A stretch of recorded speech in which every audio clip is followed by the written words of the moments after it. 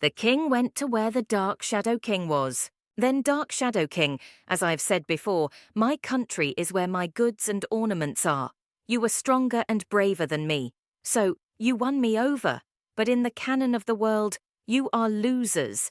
Any king who indulges in his greed without striving for the development of the country and the betterment of the people will be subject to this curse. You will have all the jewels you have won as you wish, but your kingdom and your people will not live to rule.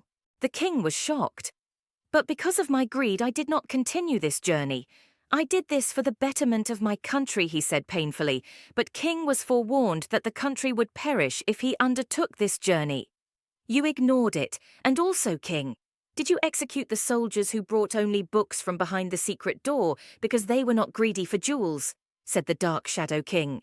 But earlier, kings did not undertake this journey because they did not want to put their people in danger. It is not about the strength of a king, but how much that king loves and cares for the people. The earlier kings did not undertake this journey without confidence in their valor. They did not undertake this journey solely with confidence in themselves.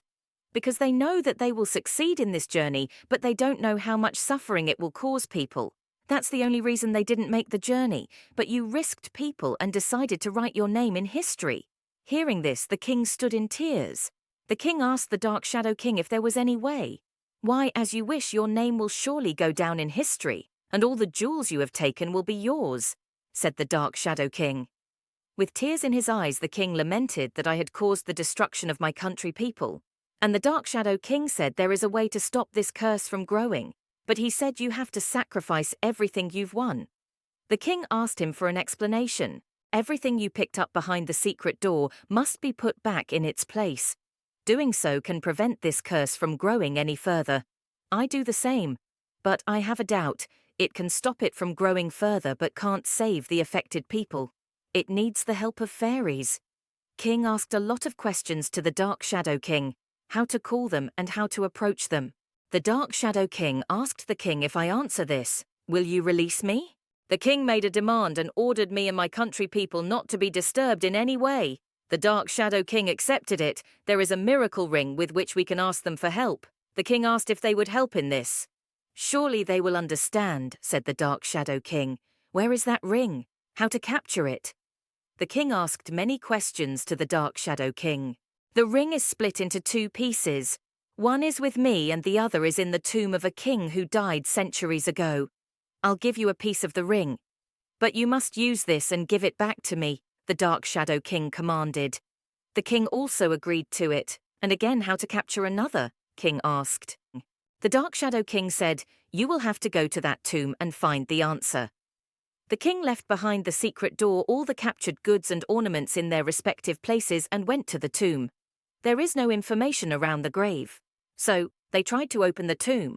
After several attempts, they opened the tomb. It did not contain any pieces of rings as the Dark Shadow King had said. The king went back to the palace and asked the Dark Shadow King that there was nothing in that grave as you said. Can't we summon fairies with a piece of ring? Can't save my country people anymore. The king stood sorrowfully, not knowing what to do. The rest of the ring should be in that tomb, the Dark Shadow King said. If it's hidden, it means the king doesn't trust you, said the Dark Shadow King. But I have put all that I had taken behind the secret door in its proper place. What shall I do now? Asked the king. The king has dedicated his life for that ring.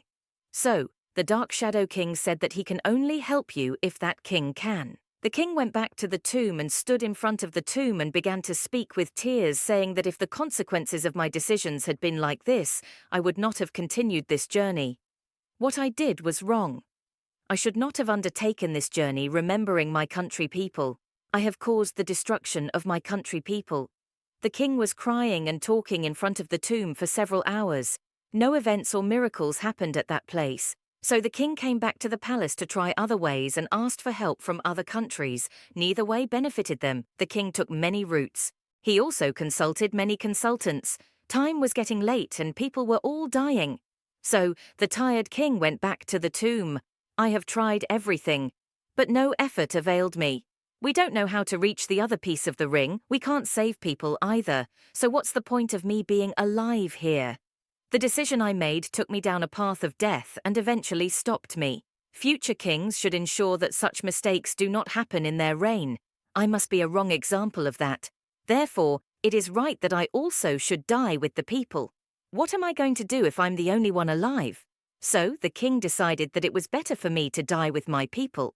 In that 1 second, a piece of ring appeared in front of the king who was about to take his own life. A voice said that the purpose of devoting my life to protect this ring is only to prevent it from falling into the hands of any wrong kings. I am giving you this ring as a reward for your efforts.